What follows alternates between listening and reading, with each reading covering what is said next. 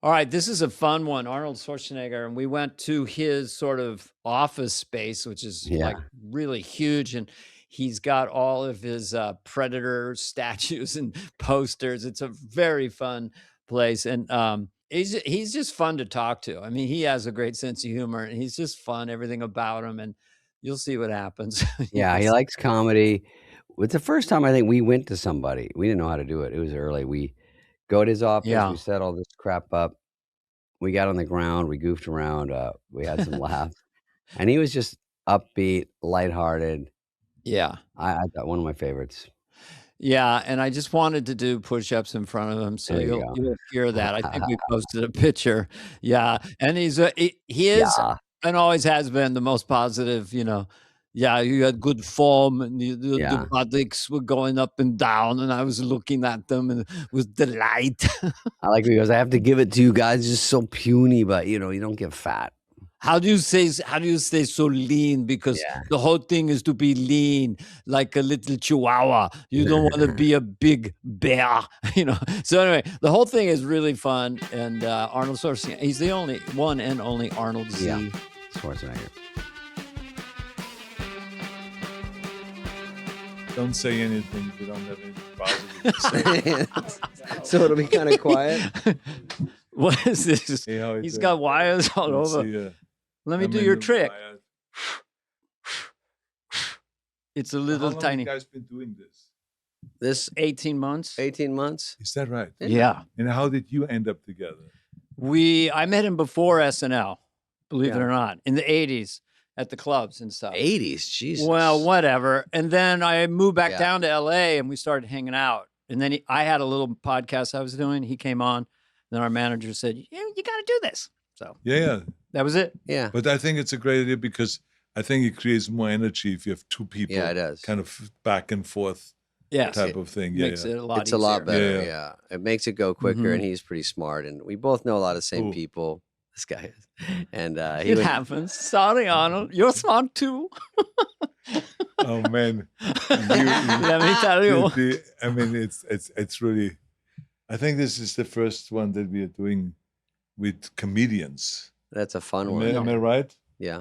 First podcast, yeah. Because I mean, Yes. you guys made me laugh Let me tell you. more often than anything. I mean, when I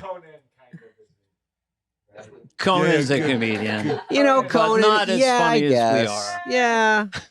I mean, sort of. Conan's yeah. but fine. I don't see Conan as much as a comedian.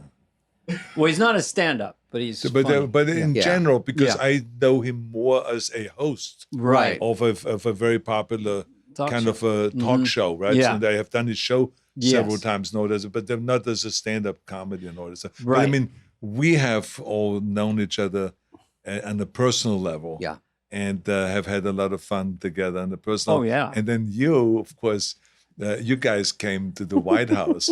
Oh, You yeah. know, we're doing the Hans and Franz We did them. because we had this great American workout, Yes, which was I kind of remember. like a copy of what Kennedy used to do Mm-hmm. in the White House. Because all the other presidents really never really capitalized on this idea of President's Council on Physical Fitness and Sports, right? Right. Created under Eisenhower, but then Kennedy made it kind of The become a 50-mile reality. walk. I did Yeah, exactly, that yeah. in school. It was when I was Yeah, in I sixth know. grade. It was like 50 push-ups, pull-ups. You did all that. That's it made right. you stay in You shape. got a medal when you Yeah. could do Yeah. certain things. And so what happened is that we had now the event, the Great American Yeah. Workout at the South Lawn of the White House. Yes. But you don't just want to make it a fitness event, right? And make it boring. So we wanted to make it hip. So we asked them, Hans and Franz had These to two come to the idiots, White yeah. House and entertain the people and the kids and everybody. And they made everyone laugh and howl. And it was just huge. And it got us also, because of them, great ratings. Yeah, good press. And so all the press was there. And, they were like the big shots from Saturday Night Live. And Yeah. Hans and Franz still looking for, Uncle Arnold. and all of the And we kind walked of stuff, around you and know. just We berated walk around, everyone. exactly. Don't undo your belt, you might cause a avalanche. Yeah, and then flip everyone Yeah. through the air to land in their own baby poop. That was Yeah, that was one of the exactly. best. Yeah. That and your buttocks are like marshmallows. You're lucky I don't have a campfire here. Yeah, So exactly. they're threatening to burn someone. Well, Hans and Franz was so funny. It was so great when you did it. You You didn't know. host, right? You just came Yeah, on. I was on SNL. I was a Yeah. guest. He invited me to come to Yeah. the show and to be a guest there. And with Danny DeVito. One Yes. time I was there with Danny DeVito. Yes, and Danny when he was the came out pit with bull. twins. Yeah. And he was like, trying to attack Yeah, the audience. exactly, You were yeah. holding him back. Right. But we didn't know how you were going to react. We started doing it and we hear Arnold's coming. Arnold's coming. And then they said, Arnold's waiting down the hall. This is in 8H in New York. Yeah. So Kevin and I are a little nervous. We went in and you're in some chair and you lean back and you go, how do I do the accent again, fellas? Right. And then we knew you loved it. Well, no, but to me it was heaven, because you have to understand that when I first wanted to get into acting, one of the first things they said was, it won't work. No one in America has ever made it that had an accent. No one could be a leading man or It anything is like tough, this. He says yeah. it's very tough to do. People want to hear someone talk like John Wayne, like Clint Eastwood, and or Al Pacino. This were the guys, So anyway, so then I realized that I had to kind of make the accent actually something, not to hide it, but to actually make something Yes. of it. But then out of Accentuate it, nowhere, without me controlling it, they came along and they legitimized it, because now there was someone that actually took that subject of accent and had a good time with it. Not to make fun of it, but to actually entertain people with it and to do it overboard. And so all of a sudden, from that point on, it became much more accepted, the whole thing, and it really became much easier for me. Oh, I didn't even know And that. it's also but- comedy, and you doing a lot of action. It's good. Now you're involved in comedy. It's just one more thing in the comedy field Right. that people think of you, and then it's funny. And it's also yeah. you were in on the joke. You were inside the tent. Absolutely. No, I and loved we're all it. having fun. I always had Yeah. a good sense of humor. Yeah. And he always was the first one to be able to make fun of myself Yeah. and of my situation, the body, coming from Germany, all of this Right. kind of stuff, the German the accent. flabby little puny arms Exactly, yeah. and the little girly man, which girly man was to me was just like, gym talk. Like you look, your little puny arms, you look like a girly man. Yeah. And then when you became governor, sometimes you would use that to describe the legislatures, right? Yeah. You would use some of it, that a Yeah. bunch of girly men. Or how- Exactly. So I would go on and say, that we should sign this bill. But, there's the legislators up there in Sacramento. They're such girly men. They're afraid to do the hard work and all this stuff. And they were really offended by the whole thing. So I actually stopped it, because I said, I want to work with those guys. I didn't mean it in a negative Right. way. I just wanted to actually, I didn't want to insult them. I actually wanted to just entertain the crowd. Right. I was out in the shopping mall and I was like saying to the people, I said, be with me, vote for these initiatives that are coming up in November. I said, I have to take it directly to you, the initiatives, because this girly man in Sacramento wouldn't go for it. And they were laughing. Yeah. That day when I went So back to great. Sacramento, how could you call us girly man? This is not fair. For you to do. I said, I'm sorry, I didn't want to offend you. Yeah, Jeez. to me, it was just silly. The New York Times called me and tried to get me to explain what it meant. And to me, it was just two guys lifting weights in a gym teasing each other. Yeah. There was no homophobic undertones No, at not all. at all. But At all. today, you have to Of be so course. careful when you say all this stuff. Yeah, If you right? say yeah, you're baby good. man, you little Everything. baby, and then they're like, why is that against babies? And Yeah, you're like, exactly. Yes, as a baby man. But what I like is we were saying, well, you as a politician are one of the few that you were putting humor in, and it does Yeah. make people listen. Yeah, because exactly, just, yeah. You did it it's not before so Trump. boring. Yeah, You yeah. had nicknames for foes and stuff. That's right. Exactly. Yeah. You came out of the box as a breath of fresh air in California, like the anti-politician telling it like it is. I remember your first debate, I think, was they tax us when we go to the bathroom in the morning. They tax us when we're driving our cars. They tax, and it was such a When you have a compelling. cup of coffee, they tax. They When tax, you go to the they gas tax, you know. station. Yeah, tax, like morning, noon, and night, taxing. Yeah. But that made you Yeah. stand out. Yeah. But anyway, so your book, Yeah, I yeah, read well, it. It's called, But- you don't know this, but it's called Be Useful, 7 Tools for Life. Yes, your Ghost I'm Rider. going to talk. read you one chapter. No, I'm kidding. This. By the way, this is true. Yeah. Chapter 1. Oh, you have the book. Oh, fuck yeah, I do. I got questions. I got books. My I got brother and everything. I've got 3 older brothers.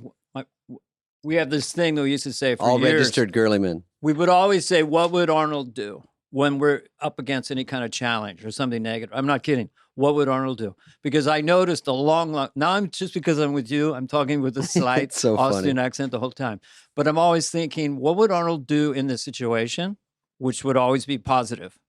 Always. So I'm not surprised at all you wrote this book. Book is a lot about positivity, pretty much overall. Yeah, it's about how can anybody, no matter who you are and where you are in the world, be more successful. Mm-hmm. Yeah. And because there's just certain things that hold us back, and it's simple things sometimes, like the fear of failure, or picking little goals rather than big goals, and whatever it is, or listening to the naysayers, whatever it may be. As I say, I'm trying to go through this in this book and to just tell people, here there's 7 rules. I could put 15 rules in there, but since the publisher said that they should have no more than 260 pages, so we made it, we kept it in that kind of a framework. But in any case, it's basically just simple rules and tools that will help people to become more successful and more free and more able to kind of like go and expand and follow their dreams. And how do you create a dream for yourself? How do you create a vision for yourself and all that? So that's what I get into in the book. I think lately there's sort of a victim card being played too much, and it's nice to have refreshing old school. There's a chapter, work your ass off. It's just very basic, but it's not what people say out there as much anymore. Yeah, but I talk about exactly what I did. When I came over to this country, I was into working. Mm-hmm. I was not shying away from working. I was always saying, I'm willing to work, even though I was a Mr. Universe several times over, and Mr. World 7, and Mr. Olympia 7 times. Jesus. Not at that point. In the early 70s, I was like 5 times Mr. Universe, Mr. World, Mr. International, and 2 times Mr. Olympia. So now there was nowhere to go. You're already at the top of your game. It was kind of like in bodybuilding, there was no money. We didn't make any money. It's like Miss America. Right. So it was like It's one great. of those crazy things. We had to make a living. So, I started a mail order business to kind of like sell booklets on how to train your biceps and your chest and all of those kind of things. So with 20 steps to do that. That's right.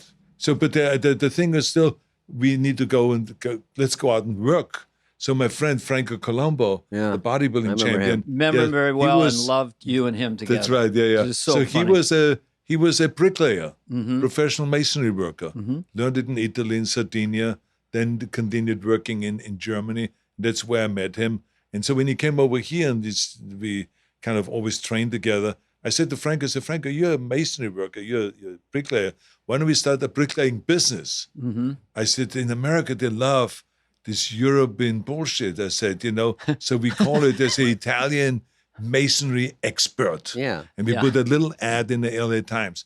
Well, the next day, after we put this ad in, beyond our knowledge, an earthquake happened. Expectation. So the earthquake happened. It's 1971. So then your business explodes. So all of a because the whole sudden now town the collapsed. chimneys fall down, the patios, the Timing's walls, everything. And you had everything. nothing to do with so it? now we started getting.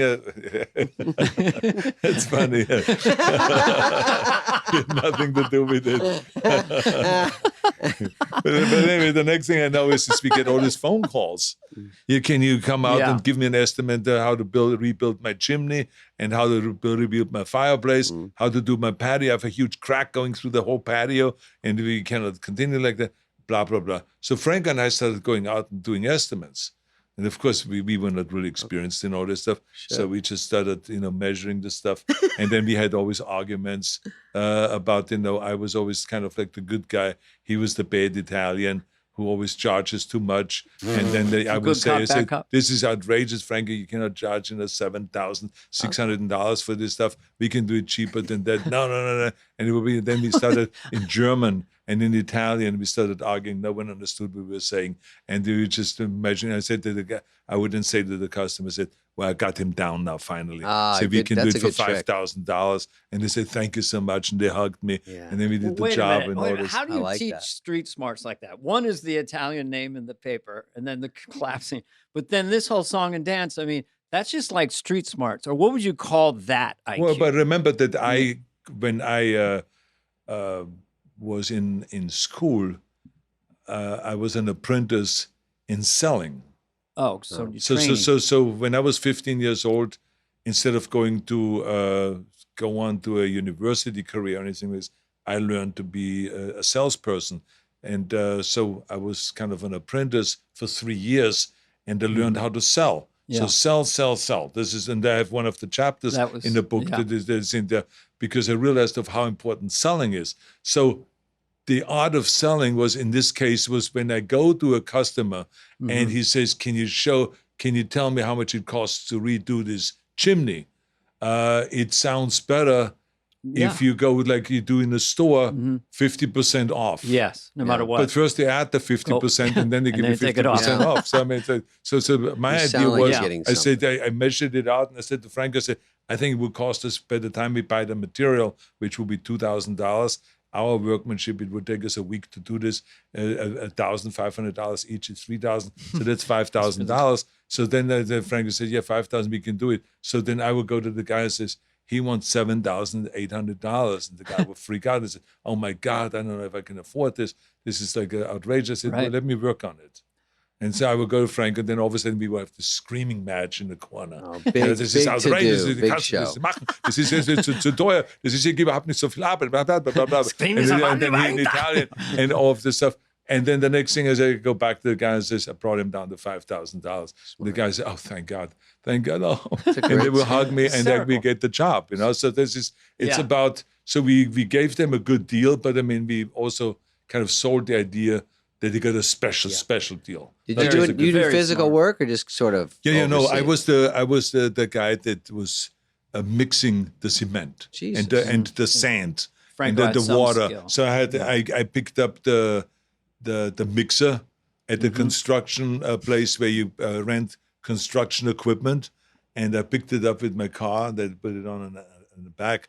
And I took it to the construction. You just used blenders to save money. And I just exactly. Did they notice how pumped up you guys were? Yeah. Did they comment on it? What you comment on the song, on the Speedos? And what did you say? We said we're bodybuilders. Oh, we're bodybuilders.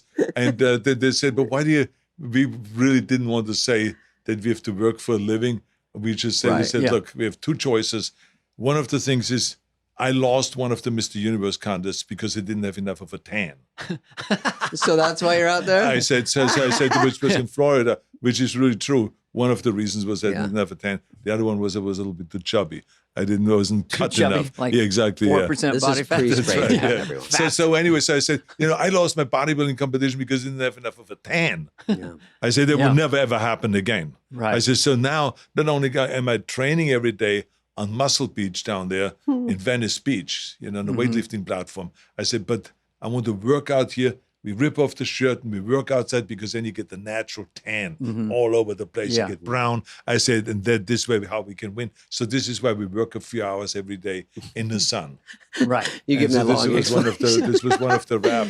I said, and he happens to be a bricklayer, an outstanding bricklayer from Italy. He did all the special masonry work. He even worked in the Vatican. And the work was good. Yeah, basically built the Vatican.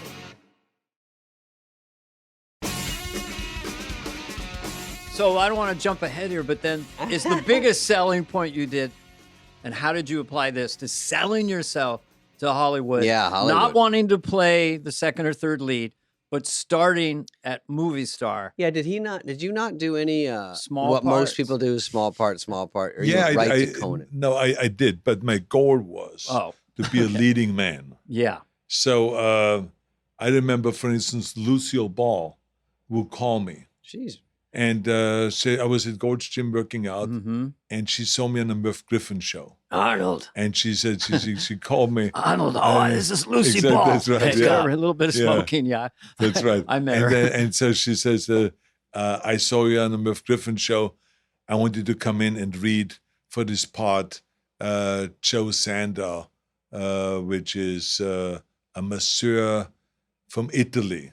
There's an Italian accent, but most people don't know the difference between a German accent and an Italian accent, blah, blah, blah. Come on in and read.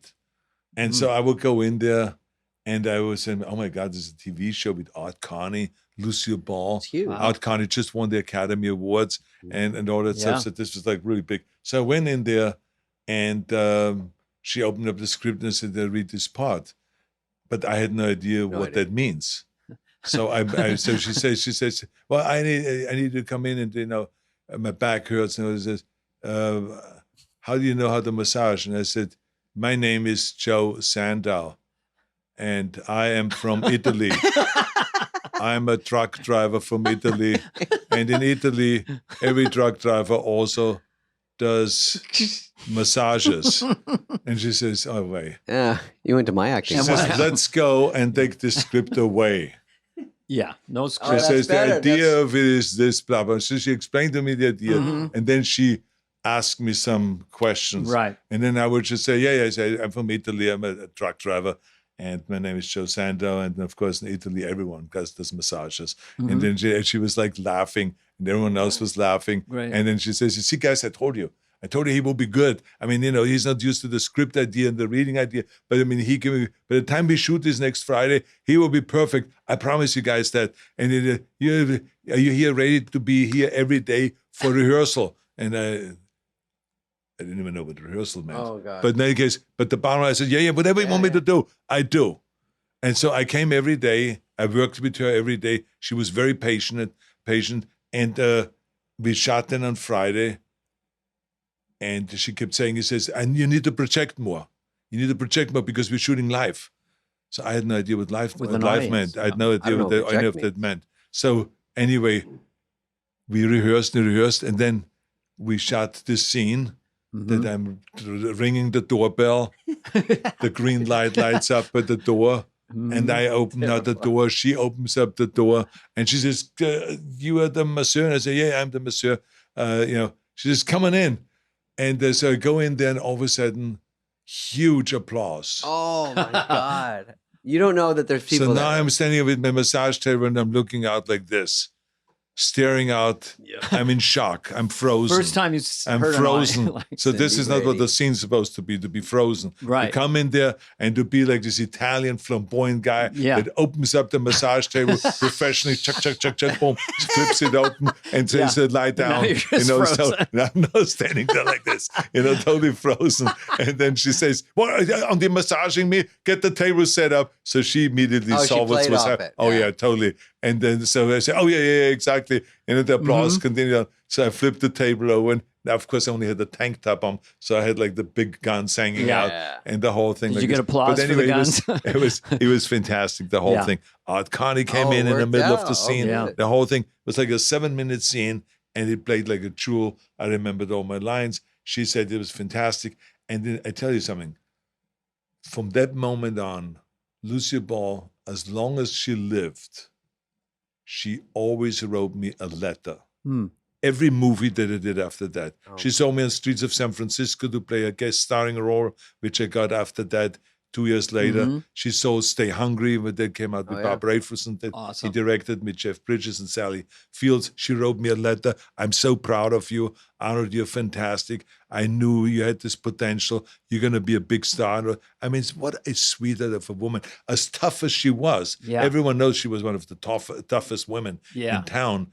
And Art Carney could tell you that because she kind of directed the show, even though she was not the director. And then Gary Morton, who was her husband, could also tell you how tough she was. She ran the whole studio. I mean, I did a pilot with Desi Arnaz Jr. called Whacked Out, and we're doing the pilot.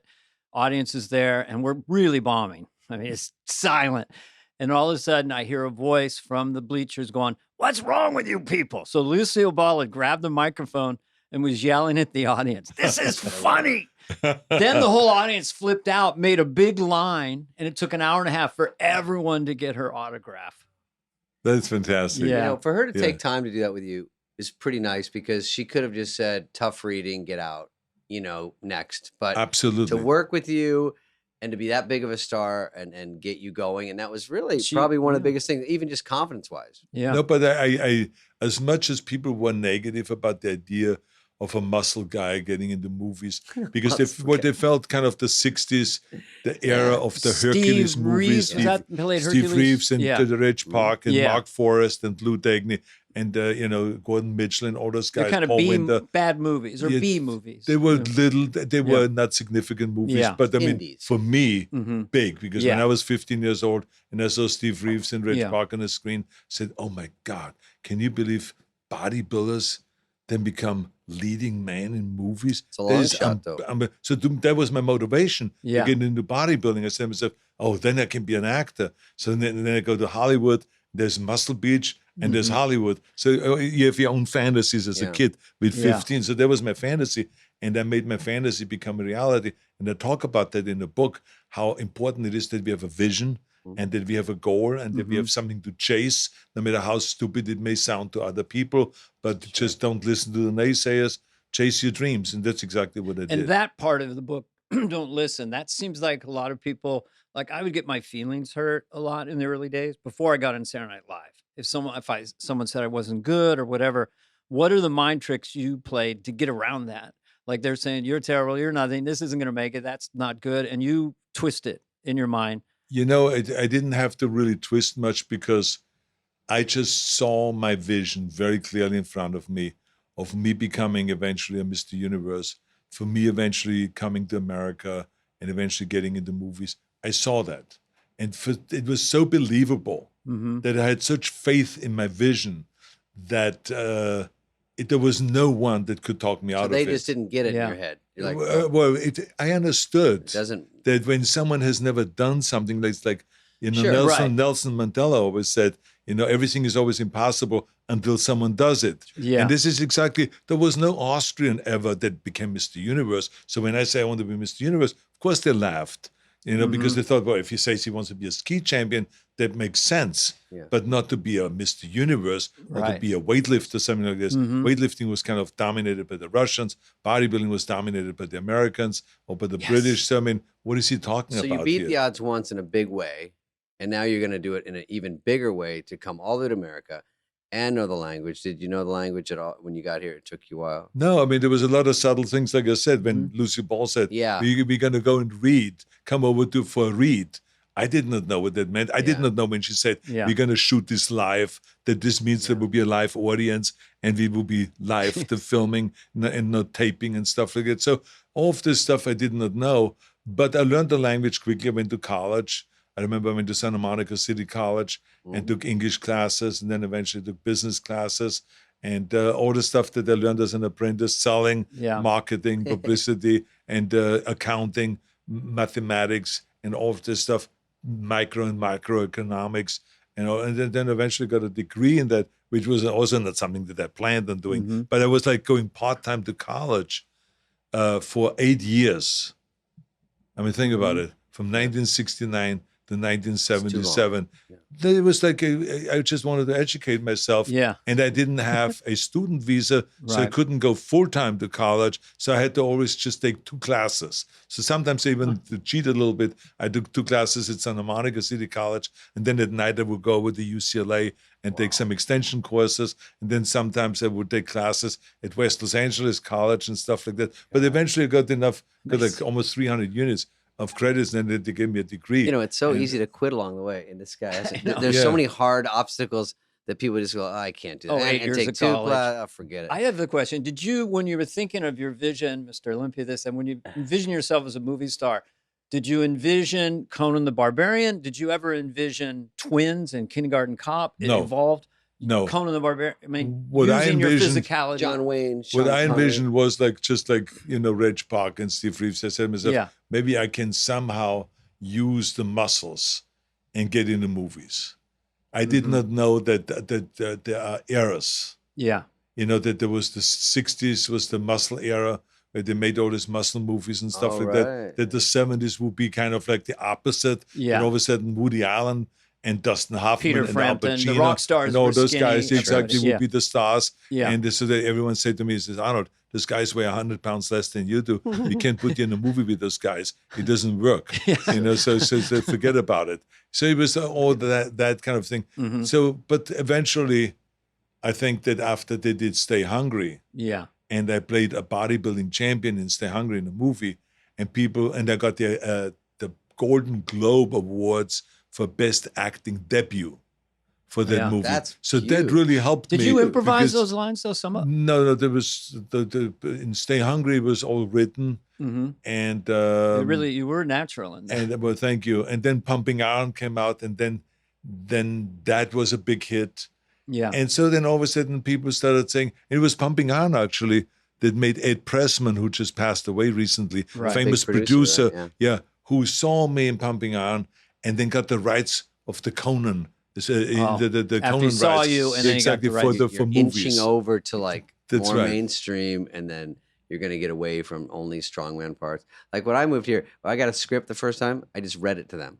They handed me the script, and I just read it back to them, and they're like, "What are you doing?" I'm like, "I don't know," because they go, "Come read." It was the same thing. I don't know sides, all the lingo I didn't know, and it was hard for me to get work. And I'm only this strong, so Well, I know it was a little bit of a detriment. Dave, did you find it tells you something about yourself? Like me in the early 80s, I go to audition, I walk in a room and I see baby face guys with weak chins and little arms. Baby man. They all look like me. I mean, you would walk in reading for something. Would you see a lot of other big guys waiting to read? No, I never read again. You never read Oh, after that was again. it. No, that You was never it. auditioned. Wow. No, never. What? I knew that this auditioning, this is not my bag. That's not my I'm bag. going to tap out on no this. shit. But for some reason or Nobody. the other, from that point on, It's it the always worst. they came to me, like Bob Rafelson came to me and said, I want you to do Stay Hungry, but you have to take acting classes. Yeah, I get you, Sure. with this guy, Eric Morris, who is an acting coach. He says he was working with Chuck Nicholson and blah, blah, blah. He says, I want you to take acting lessons, and then you will come in for a reading. So I was like working with this guy for 4 months. So you weren't auditioning. Before I go, Yeah. Right. Bob Rafelson did this as a joke in a way, and he had someone tape it. And I came in, and I did the scenes for him, and but it was basically already signed for the movie, right? So it was not really that was in danger. But so anyway, I did the scenes, and he again was very, very complimentary. But this is the sweetness of people in this town that I noticed, kind of how supportive they can be. Right. Like Bob Rafelson immediately says, "Hey, stop it." I said, "What?" He says, "Look at my hair. Look at my hair on my forearm." So I said, "Okay, I see your hair in the forearm." He says, "It's standing up. Do you know this hair in my forearm? When that stands up, it means that I totally bought in a scene. So what you just did, I totally bought in. It was so touching. It was so emotional. It was so well delivered. We don't even have to go any further. This is it. You have the part." Wow. And this is how it would be like that. And the same was with Jeff Bridges and with Sally Fields. They know I was a beginner on this whole thing. But, oh, man, they were so supportive when we did the scenes. Sally Fields was, like, extraordinary. And so was Jeff Bridges, so supportive and everything. Just take So, I mean, extra time. I because had it's really not a always the good case. experience. Yeah. And then I think Landsberg, when he hired me for the Jane Mansfield story with Lonnie Anderson, where I played Mickey Haggerty, Yeah. because Jane Mansfield's husband was a Hungarian guy, Right. So so he was Mr. Universe, and Yeah. so I played that character basically, and so with an accent, the accent was perfect. Then eventually I got the Conan gig, Yeah. and it was a big international kind of a movie with Universal Studios. How much So of that that did gross? well? Like That- 200 million or something? No, in those days there was No, no but 200 million, but I mean it grossed I think 70 or 80 million dollars. That's I don't know huge, what it yeah. was, Like but I mean, 300 it was million, like it was yeah. like really it was big, and it was number one at the box office when it opened up. So everyone was really happy, and they signed me up for a second one, and that's when I was my first. With the second Conan, I made the first $1 million. And Uh, how for a old were you movie. when you first made that million on the second Conan movie? About I 30? must have been like 33 or 34 years old. What It's did just where you that go to mean to mainstream? you coming from where you Right. came from in Austria to get $1 million? Well, my dream was, I Mentally. said, I want to be like Clint Eastwood, because Clint Eastwood, Charles Bronson, and Marlon Brando were the only guys that were getting over $1 million a movie in the 70s, in the early Yeah. 70s. So they were like the kings. So I said to Yeah. myself, wouldn't that be cool if I get $1 million a movie? I always shot for the stars, Fuck always yeah. the big dream. And then eventually it happened. So I felt fantastic. Yeah. I felt delighted that I made $1 million and that I'm a millionaire. But I was already a millionaire before then because I was insisting on making my money in real estate. You know, like for instance, this building that we're sitting in right now, I built it in 1984. So in 1984, I bought I'll give you a million for it. Before Conan? At least it was no, it was not before Conan, but it was before. It was cheaper, though. Before the before second we went Yeah. Terminator and all those And things. where'd you get the money to buy the real estate? Well, Or did I you was physically build working on construction sites. I saving? was doing exhibitions and all this, and I started saving money. And then there was an apartment building for sale in Santa Monica for $240,000. That's like the day. Yeah. You know, the $10 million. Yeah. Whatever, I don't know what. But in any case, it was $240,000, and I needed $37,000 down payment. I had in my bank account 27. So I went to Joe Weider, who was the publisher of the bodybuilding magazine. Bodybuilding. Exactly. And I said, can you go and loan me $10,000 for 1 year? And he said, absolutely. And so he would loan me the $10,000. I would put the $37,000 down, and I bought this building, this office building. 2 years later, someone comes to me and offers me now $500,000 for the same building. This is how much real estate went up in the 70s because of the high inflation rate. Right. So I now immediately sold this building, took that profit and traded up to a 12-unit apartment building. Then I sold that 2 years later and traded up to a 36-unit apartment When's your building. book on how to become a millionaire? And this is so I was any like extra really money? very quickly in the 70s. I was already a millionaire.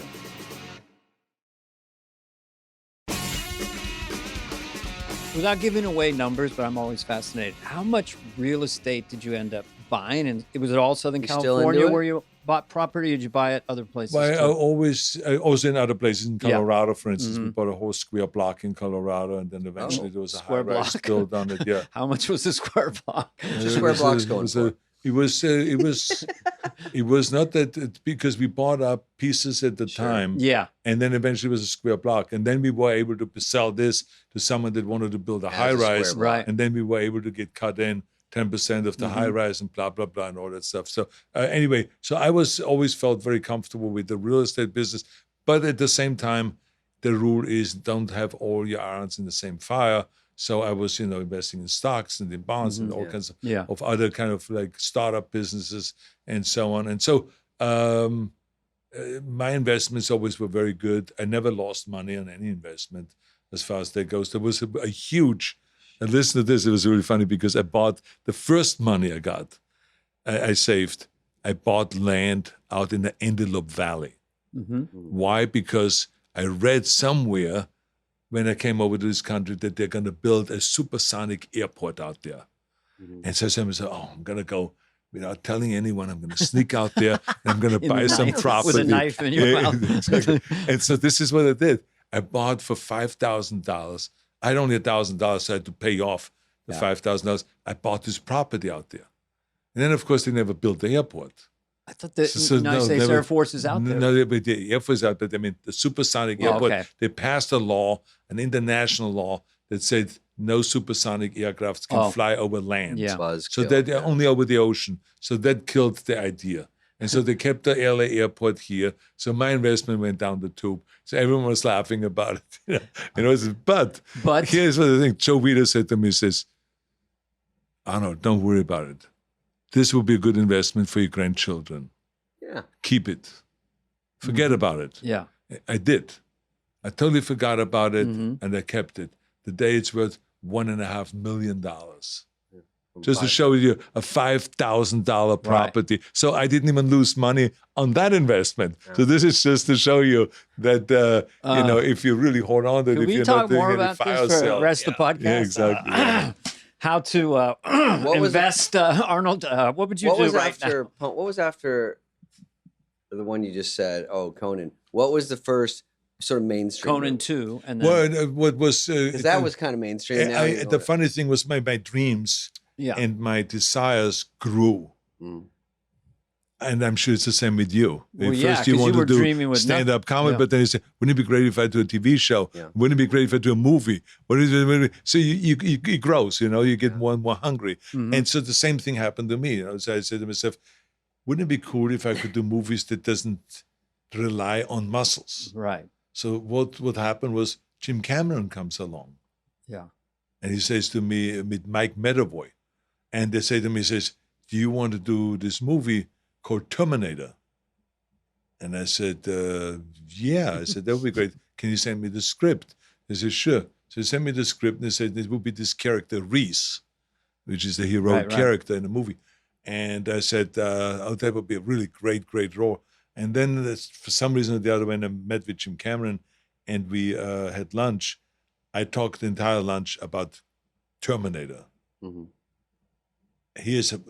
Jim, I said, I know you've not directed much, but I say, here's what is important when you direct this guy, whoever plays the Terminator. He says, well, the character that we hired for it is O.J. Simpson. He says, but the studio is kind of like negative about him because Being a they murderer. think that he cannot sell the idea of being He would've a killed killing that part. machine. Oh, He says O.J. is not enough of a killer. he's kind of nice. He looks too soft for that. does. So These are they direct would- quotes. This So is he says, true, so though. we He does so look soft. then this is the truth. I mean, this Yeah, is yeah. like Oh, unbelievable. He's doing Hertz commercials. And so It's a big they ability, man. said, so this is not really set in stone. The whole thing is that, but after listening to you, Jim Cameron said, after listening to you talking to me about the Terminator, that he has to be trained to be like a machine, and he cannot walk like a human being, that he cannot talk like a human being. He can this, blah, blah, blah. He says, you're absolutely correct. Your take on it is perfect. He says, why don't you play the Terminator? Yeah. And I said, no. I said, look, I want to play Reese. I want to be the hero, not the villain. Yeah. I'm set up in my mind. Well, the way I shoot it, Arnold, it would be like a hero and a villain. Hero because he does all these unbelievable things and wipes everyone out. Villain because he's a machine. Mhm. And he said, but you don't have to be responsible personally because you're a machine. You're directed by some higher power, so Right. it's not like you Yeah. going around killing things. So I said to him, oh, let me think about it. And so for a few days I thought about it, and then I said to myself, he's actually right. If he shoots this the right way, this could be really cool. And then I called him back and I said, okay, I'm in. And so there was the first movie where we're throughout Shirt the whole didn't movie. come off. No, never. Yeah. It was like leather jacket, Mhm. and the whole thing like that. And from then I got the offer to do, after Terminator, to do Commando. And Yes. after that to do Predator, Running Man. And it went on and on I and think on. I've All of a seen sudden, every one of your Yeah. movies. I was in. Yeah. I was accepted in Hollywood as the action hero. Yes. And it all came from Conan and from Terminator. So this was kind of it was my launching pad. And you just had such a run at You know, films. Dana, I saw a copy of Terminator when you say, your catchphrases are very short, which is Right. smart. I saw an early copy when you say, come with me if you want to live. Yeah. And it was, come with me if you want to live because I know all the shortcuts in town. We can go down the 710 and we can get in a carpool lane and the monster robot only can drive in the regular because he's one person. And I think it was better you tightened it because that Come seemed like with a me long if you want to live. catchphrase. Yeah, you didn't want to be too wordy. In Yeah, that it was too character. wordy. And so Come with the me. final script, come with me if you want to live. They cut better. all that out, and it Exactly. was There's boom, Hasta boom, La boom. Vista. You had a lot of good ones. Did you know at the time when you do those that these might be sort of cool little things to say? No, you don't know. Hasta la I vista, mean, we baby. never know what will hit Sure. and what people really like. I mean, you wish you can say that and say, "Oh, this was written this way," or "I improvised that." It's not. It wouldn't be true. The reality of it is, we had no idea that even "I'll be back" would be a line that would be the most repeated kind of line. Yeah, in history. anything. Pretty We much. just. I was One of them. arguing with Jim Cameron endlessly about "I will be back." He says, "No, I wrote I'll be back." I'm gonna say "I will be back" because I don't like the "I'll." This L thing sounds a little weird. I said, I will be back. And he says, who the fuck wrote the script? Oh, yeah. Are you the script writer now? Or am I the script writer? I say, you're the script writer. And he says, okay, so we say, I'll be back. And if you want, we can shoot it 10 different ways if that makes you feel comfortable. He says, but so let's just do that. I'll be back. Not I will be back. That's bullshit. And so I was arguing with him about But you the know what's line. funny is It was right. And luckily, he robotically, was so right, and The he made rhythm. me. I say will it. be back sounds almost more robotic, and you were right. Yeah, I in know, that but I mean, respect. it's so But he it's just better the way loved he "I'll did, be yeah. back," you know, and so we did it 10 times, and when the movie came out, everyone wanted me to repeat that line, and so you don't know. We never had know. no idea this is going to happen. We had no idea that kind of like all the stuff, "Hasta la vista, baby" in Terminator 2, Right. or "Get to the chopper," is stupid lines. Get to the chopper. It's just because the way I say it, yeah. because Germans cannot pronounce the R on the end. So Right. so everything's chopper.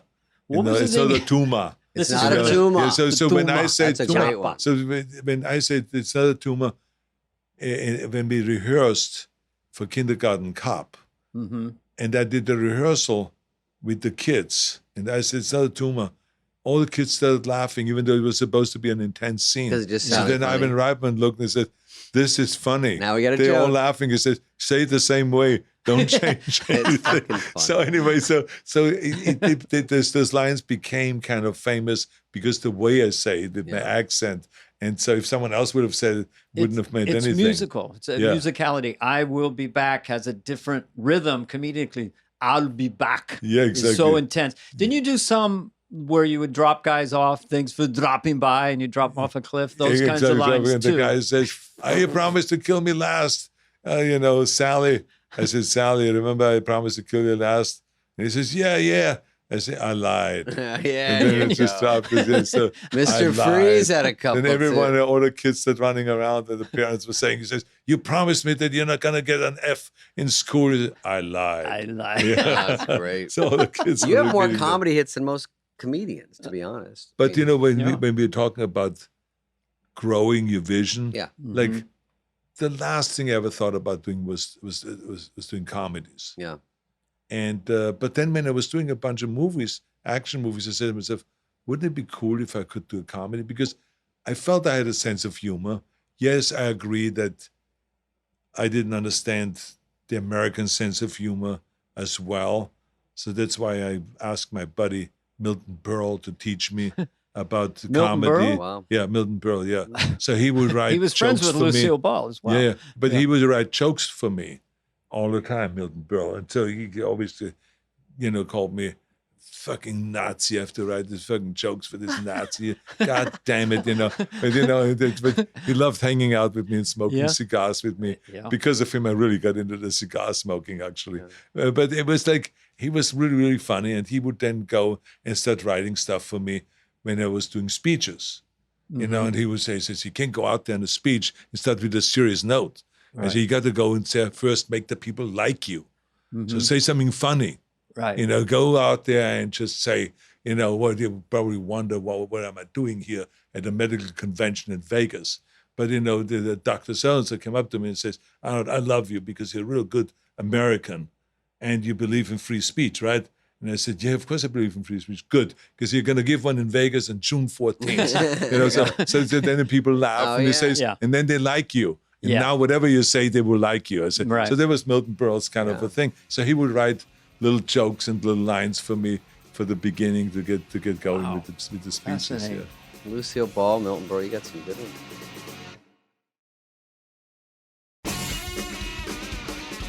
Yeah. Do you remember with the movie we almost made? We wrote a script. It was called Hans and Franz, the Goodly Man Dilemma that we were going to do with you. It didn't get made, but it was a funny script. Well, I had that conversation just recently. With Conan? No, Oh. well, with Conan, yes, but I mean, we also internally had it because I said there are several scripts I said that were offered to me that I didn't do for whatever the reasons were. That they Timing, were you know. dismissed Busy. or they Yeah. were never Yeah. made Yeah. or I couldn't wait. They Mhm. couldn't wait for me, so they Right, hired yeah, someone yeah. else. Like The Rock. Yeah. The movie that the Rock with Sean Connery. Sean Connery, Mhm. exactly. And what's the actor's name again? Nick Cage, Nicolas exactly. Cage, yeah. Nicolas Cage. And so I was going to do that, but I mean, they couldn't wait for me because I was doing another movie Yeah. first and all that stuff. So there were certain, but the one movie that I always loved, that I even would do today, is the script that we had Yeah. together, where Hans and Franz finally comes to find the uncle, Yeah. and they're now staying in his house. Yes. And I remember it was so funny. Yes. It's, And I just remember when you came to me and you said, I have to go to the bathroom. Where's the bathroom? And I said, you go down the hall, and where you see the deltoid, you go left.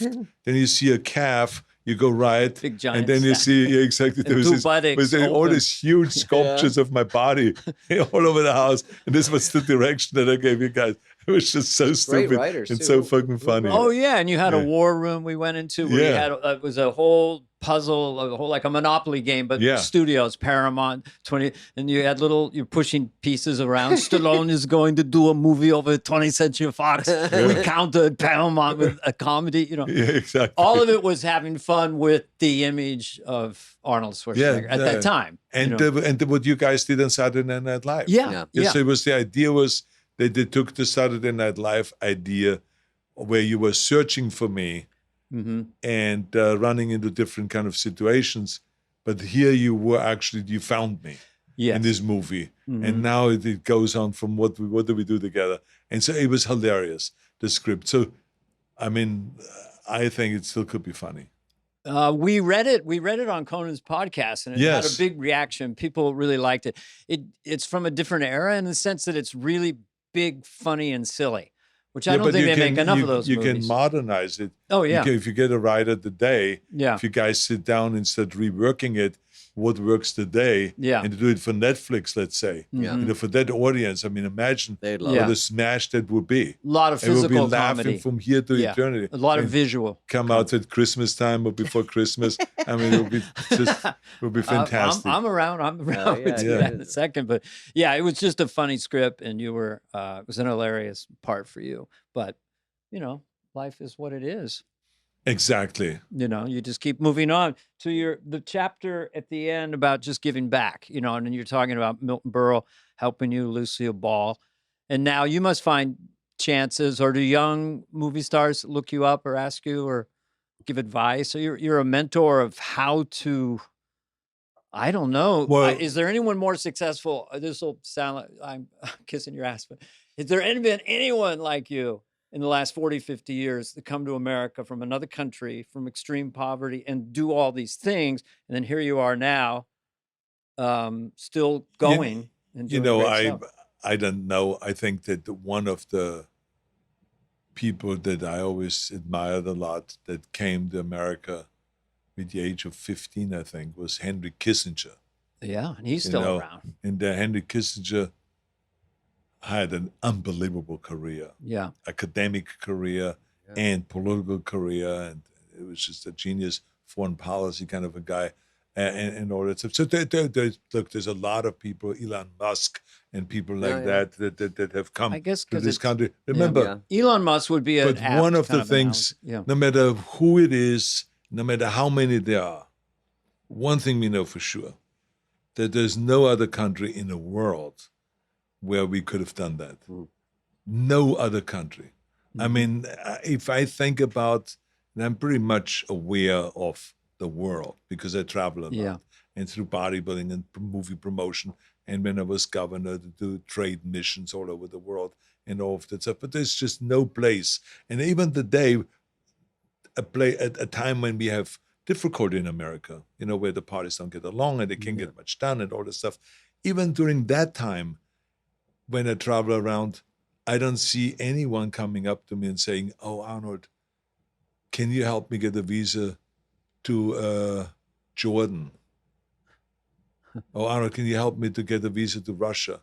Or Mhm. "Can you help me to get to South Africa?" Or something like that. No. Yeah. I mean, it's all about America. Arnold, please help me. Can you write a letter for the immigration office? You know, I want to get to America. I want to be in America. So this is the number one country, still by far.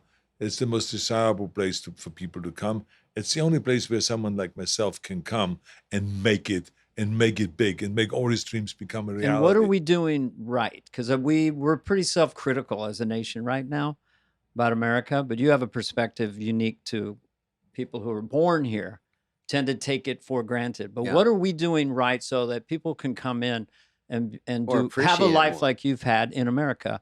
Is Well, it the but people can, and Is- people do it's today. just I because mean, the economic freedom? I think it is the economic freedom. I think it is just that it has its downfalls and it has its big advantages, and the advantages are more than our disadvantages. Mhm. And that's what makes us so great. Yes, we have problems and all that, but I mean, it's still, anyone can come still today to America and really become kind of very successful.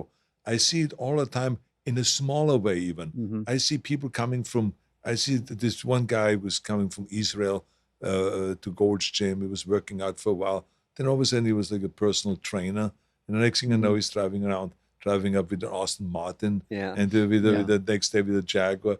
And the guy's getting $100 an hour. He works 15 hours a day. Mhm. 15 hours a day. It's talking about working your Yeah. ass off, Yeah. right? Yeah. What we talked about earlier. Yeah. Mhm. This guy believes in working. So he drives these fancy cars. He has nice girls around. He trains people there in the gym. He's doing exactly what he wants to do. He's from Israel. Just came over here a few years ago. Yeah. And the same is with a French guy that does the same thing. I know this one girl that is from Sweden. She's a personal trainer and she's making a fortune here and all this. So this is unlike any other place, you know. And so I think Yeah. this is really the place to be, and where people can be successful. And I think America should be proud of that. And you're right. When you're an American, Yeah. you take it for granted. When you're American, you sometimes don't appreciate Freedom. how great this country really is. Yeah, they shit Yes. on it. And the thing that everyone has to do is, and I talk about this in the last chapter, is this country was built by hardworking men and women that have sacrificed, Mm-hmm. that were not just looking forward to the glory, but sacrificed. And I think that today's kids have to study that history, because it will make them wake up and say, I cannot be this little girly man. Well put. Because And of I social cannot media be this and guy stuff. that is Yeah. staying in bed. I want to sleep in. Mhm. Oh, I want to feel good. Oh, I want to be treated kind of fairly and nicer and stuff. No, this is a tough world. Get up at 5 o'clock in the morning, 6 o'clock in the morning, and kick some serious ass. Go to work. Whatever you do, the day is 24 hours. You can do it. And this is how we make this country, not only great, but keep it the greatest country in the world, is by not babying ourselves and not by kind of like taking it easy and trying to sleep in and I want to feel better and all this kind of stuff, but to kind of do the same thing as they did in the old days. Work your butt off. And it's like that Ted Turner always said, early to bed, early to rise, work like hell and advertise. This is where the action is, and I believe in that, but it's important to know that we got to grind it out, and we cannot just always look for the pleasures, but there is punishment, there is hardship, there is failure, there is tough times that you go through, but that's all okay. We got to go and have a clear vision, chase that vision, and then there will be struggles and all that stuff. The more struggles we have, the tougher we will get. And the more failures we have, the more we learn and the more successful we can get. I mean, remember what Michael Jordan said, I missed 5,000 shots. And I lost, 200 and some 80 games. But I became the greatest basketball player because of it. What I've learned. So it's don't be afraid of failure is one of the chapters that I have in the book. And so I think it's hard work, not being afraid of failure, to grind it out, to have a clear vision, not listen to the naysayers, pick big goals. So those are the kind of rules that I talk about in the book, because that's what we need to do in order to be successful as a person and as a country. And I think that, it's in your book, but that you just have you in the end of the day. And sometimes don't look at social media too much and get tricked out that this person did nothing and is a millionaire. But what I found a few times, just being driven around the country to gigs, and I had to have first generation immigrants driving me from Russia, wherever. This one Russian guy goes, I tried to open business in Russia. Someone stop. I tried to hire more employees. They say stop. I come to America. I start to do the same thing. No one say stop. No one told him to stop. Who are you now? Almost every time. I own the business. I just like your put in the comedy. I hours, drive too. you, Mr. Carvey. But so that's the idea. Is it's nothing. I think the secret sauce of America, if you put the work in consistently and are willing to fail over and over again, there is some great stuff that will happen to you emotionally, mentally, and hopefully you will experience success. It and won't stop you. You're absolutely right, because no one has ever said to me, you can't. They will say, I think this is impossible, or there's their naysayers and they say no one has ever done it before, but no one said, I will not allow you to do that. Yeah. Right. There's no such thing. No You've one already said you done can't. 4 movies. It's your turn. Now you go back. Lou That's right, yeah. Ferrigno's going to do twins. Exactly, yeah. There's no such thing. Yeah. So, so I have to always say that none of it that I accomplished would have been possible if I wouldn't have been in America. Mm-hmm. Yeah. Wow. Well, see this here? Yeah. See the hair Hairs on my there? arms. Actually, See mine's the- here. Yeah. His Those back there. monstrous forearms of Yeah. yours. Look at this, all pumped up. How do you do it? I do a lot of push-ups. Like- I just push-ups are my main thing if I can't get to the gym. You get Yeah. veins But I added. try to, I keep going. Yeah. I'm just got to What's stay my fit. excuse? I always tell people you occupy a room, but you live here. So That's work it. on this. This is where Yeah, you're work. living. You got to occupy this, but That's right. you can't get away. No matter where you go, there you are. Yeah, that's Well, that's right. Arnold, Arnold's you're this has been Oh, fascinating. Total Recall line.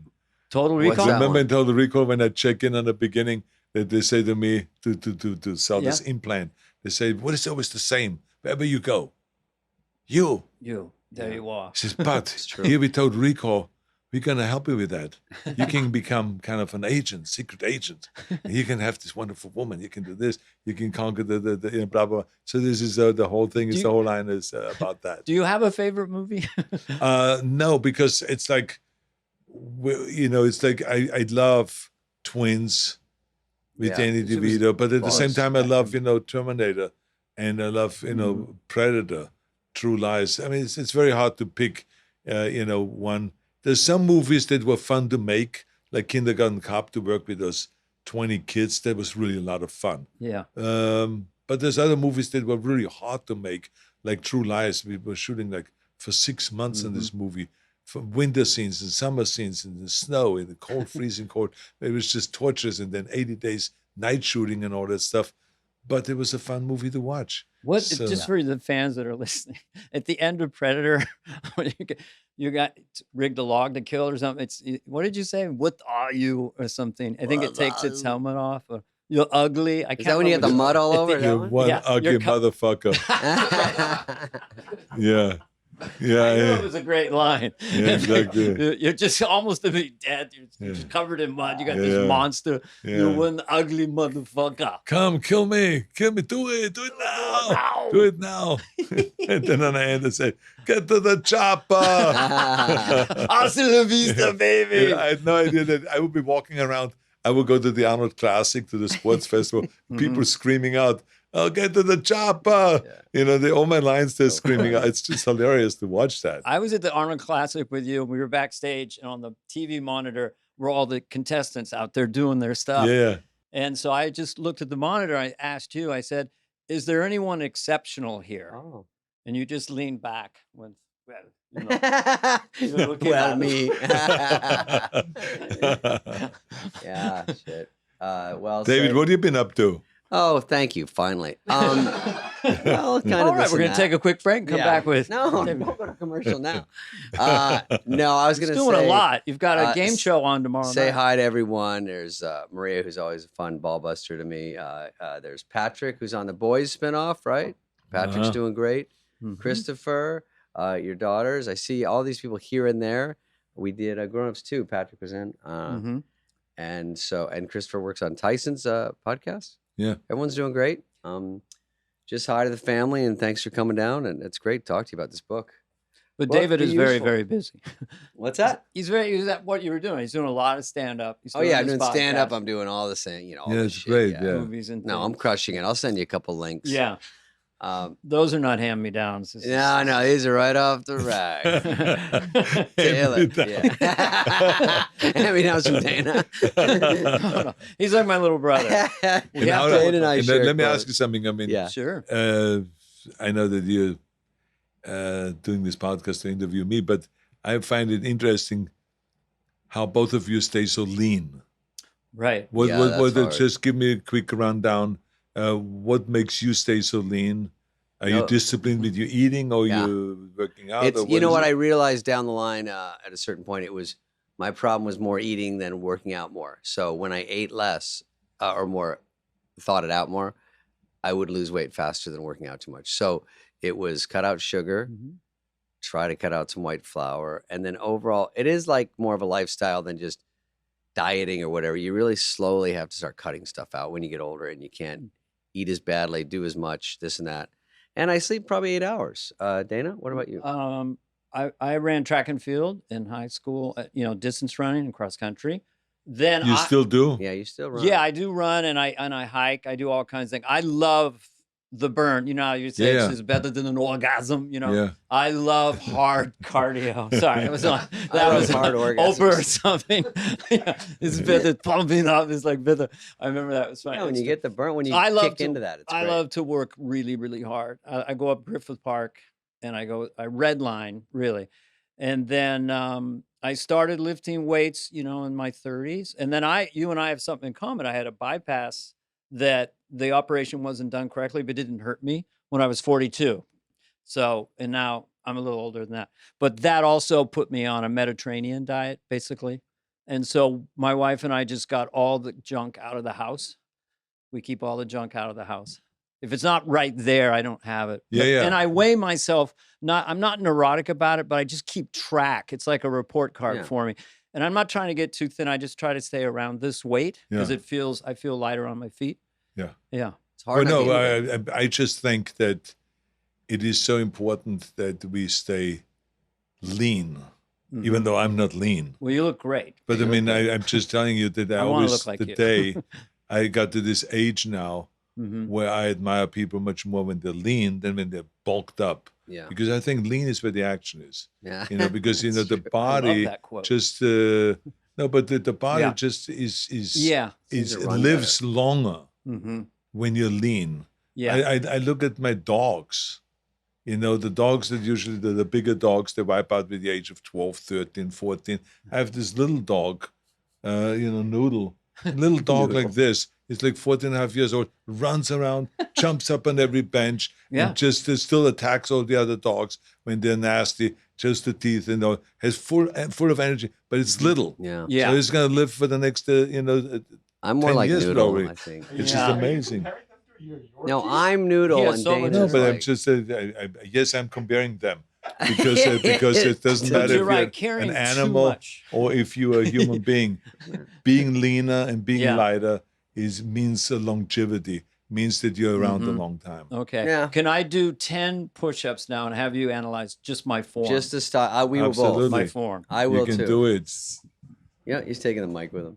Taking the mic out so I can talk. Okay, let's see it.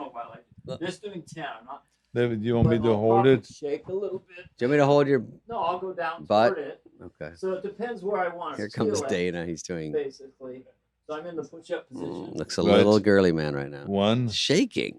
2, Well, don't, 3, 4, 5, 6, 7. No pauses. 8, Nailing it. 9, 10. Perfect. Shit. Perfect. Get the oxygen. It was fantastic. It was very, very strict. And what was good about it was that your body stayed absolutely flat. Right. You didn't put the butt up. buckle in with at the waistline like a lot of people do and stuff You got to like that. keep your glutes on. You just so said that you don't- like a board, straight, totally flat. That's the greatest compliment. Disciplined. Yes. Yeah. So that's what I do. And I do lat pulls. I do stuff for the back. Yeah. And mobility is all the rage now. I think it's great. Hip mobility. Yeah. All right. Well, All good right, job. Arnold. Anyway, Saw my good to push-ups. see you All right, guys. Made good my luck with day. the book. It's great. Thank you for your help Appreciate with the it. book and all that stuff. I really appreciate that. The book is great. And we will stay in touch. Yeah, of Yes. course. Always fun to All right. see We you, buddy. will work together again. That would be great. On something. Let's do something. Absolutely. Hey guys, if you're loving this podcast, which you are, be sure to click follow on your favorite podcast app. Give us a review, 5-star rating, and maybe even share an episode that you've loved with a friend. If you're watching this episode on YouTube, please subscribe. We're on video now. Fly on the Wall is presented by Audacy and executive produced by Dana Carvey and David Spade, Heather Santoro and Greg Holtzman, Maddie Sprung-Kaiser, and Leah Reese-Dennis of Audacy. Our senior producer is Greg Holtzman, and the show is produced and edited by Phil Sweettech. Booking by Cultivated Entertainment. Special thanks to Patrick Fogarty, Evan Cox, Maura Curran, Melissa Wester, Hillary Schuff, Eric Donnelly, Colin Gaynor, Sean Cherry, Kurt Courtney, and Lauren Vieira. Reach out with us any questions to be asked and answered on the show. You can email us at flyonthewall@audacy.com. That's AUDACY.com.